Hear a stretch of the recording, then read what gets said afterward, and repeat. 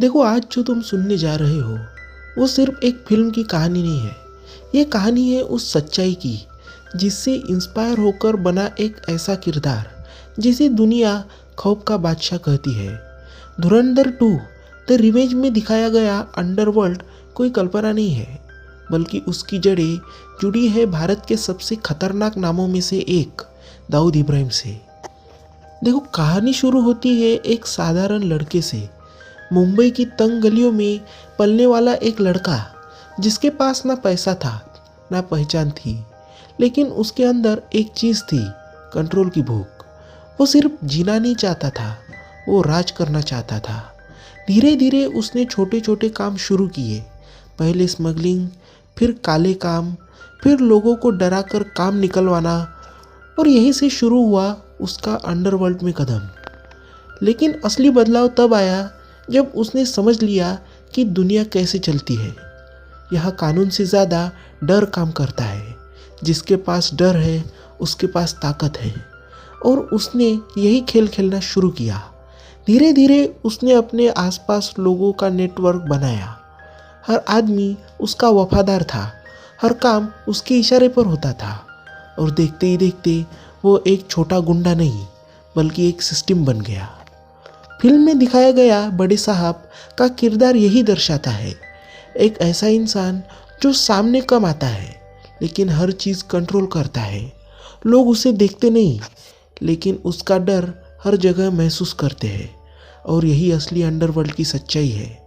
अब बात करते हैं फिल्म के दूसरे साइड की, हीरो की, हमजा या फिर जसकीरत सिंह की। एक ऐसा इंसान जो बाहर से अपराधी लगता है लेकिन अंदर से एक मिशन पर है।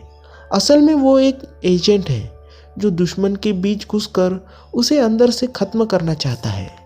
ये कंसेप्ट भी पूरी तरह रियल लाइफ इंस्पायर्ड है, जहाँ एजेंसियाँ अपने लोगों को अंडर कवर भेजती है ताकि अंदर से पूरी दुनिया को तोड़ा जा सके। लेकिन असली सवाल यहाँ आता है, क्या हर खतरनाक इंसान जन्म से ही ऐसा होता है या फिर उसके हालात बनाते हैं उसे ऐसा? अगर हम दाऊद इब्राहिम की रियल लाइफ देखें तो वो भी एक समय पर एक आम इंसान ही था, लेकिन धीरे धीरे पावर, पैसा और बदले की आग ने उसे बदल दिया। और यही चीज़ फिल्म में भी दिखाई गई है। जैसे जैसे कोई इंसान पावर के करीब जाता है वैसे वैसे वो अकेला होता जाता है। उसके आसपास के लोग होते हैं लेकिन कोई अपना नहीं होता।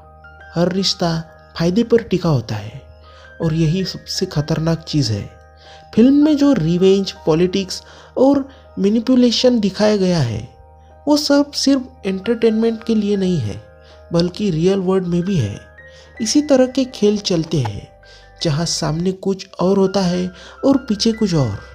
धीरे धीरे एक इंसान सिर्फ इंसान नहीं रहता, वो एक नाम बन जाता है, और जब नाम बन जाता है तो फिर वो खुद नहीं चलता, उसका डर चलता है।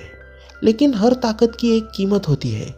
जितनी ऊंचाई उतना ही अकेलापन, जितना डर उतना ही खाली जिंदगी।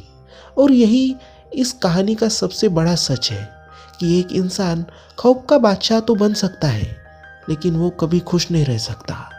तो अब जब भी तुम धुरंधर 2 द रिवेंज देखो तो इसे सिर्फ एक फिल्म की तरह मत देखना, बल्कि समझना कि ये कहानी कहीं ना कहीं हमारी असली दुनिया से जुड़ी हुई है।